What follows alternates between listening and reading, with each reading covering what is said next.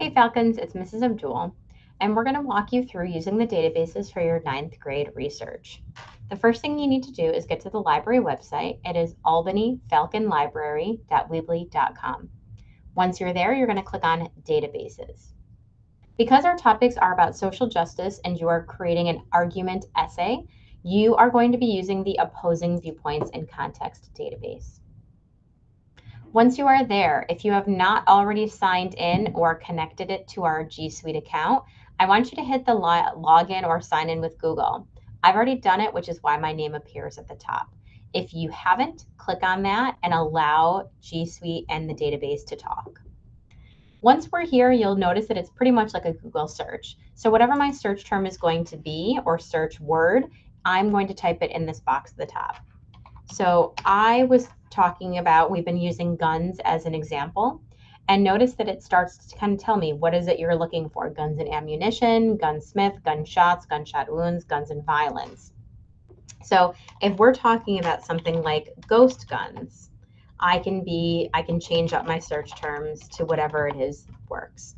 And because I don't want all of the articles just about guns, but specifically about ghost guns, I'm going to put those two words in quotation marks. And you'll notice here that I have one viewpoint essay, 121 news articles, and 6 magazine articles in addition to an audio and a video. I can certainly use and read any of these articles about ghost guns. Notice how if I change it and go back to just the very specific topic of guns or the very general topic about guns, I've got more source availability. So you can do different searches and get different results. Make sure that your spelling is always correct because it will not correct your spelling. One of the pieces of the databases that we talked about with each one of the classes is the kinds of resources that are here. Newspapers come out daily, which means that it is a short piece of information that is covered as soon as topics kind of break. Magazines are published once a week to once a month, which means that a lot of those articles tend to be a little bit longer and a little bit more detailed. Viewpoint articles are exactly what they sound like. It is the viewpoint about a topic on both sides or any side of the argument. And then, of course, you've got statistics, websites, reference, which are books about the topic. So again, visit the most important ones first, which are probably news, magazines, books, viewpoints, using some statistics for your evidence, but also maybe even some academic journal articles too. Two of the user functionality pieces that I want to share is first with newspapers, because you can change how you want the information to be sorted. And I'm going to ask it to give me the newest articles on top. One of the best things about using news sources, because they are published daily, is that I am recording this recording on April 14th, and there's an article today about guns, several articles actually, one from CNN Wire, one from the New York Times, from today. So the information is fed into the databases minute by minute, hour by hour, day by day. So you will always have the most up-to-date information. The other thing you can change is whether or not you want it sorted by content level, which means that the articles that are the easiest are always going to be first. So our viewpoint articles, again, if we change it by content type, 2 dots is a little bit harder than 1 dot, 3 dots is a little bit harder than 2 dots.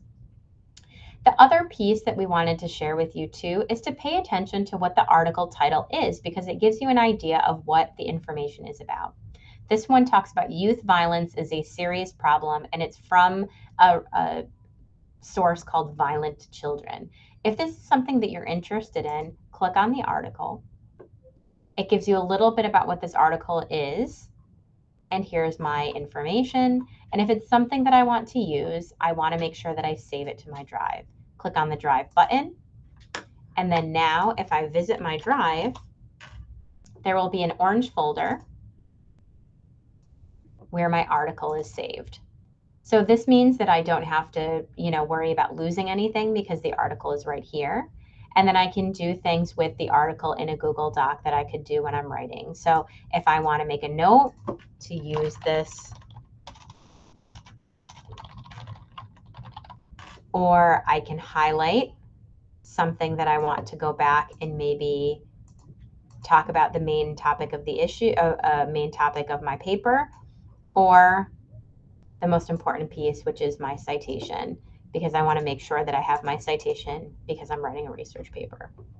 So all of the functionality of Google Drive and Google Docs when I save my article. So get in the habit anytime you find something that you might want to use, even if you don't end up using it, is to save it to your drive to use later on.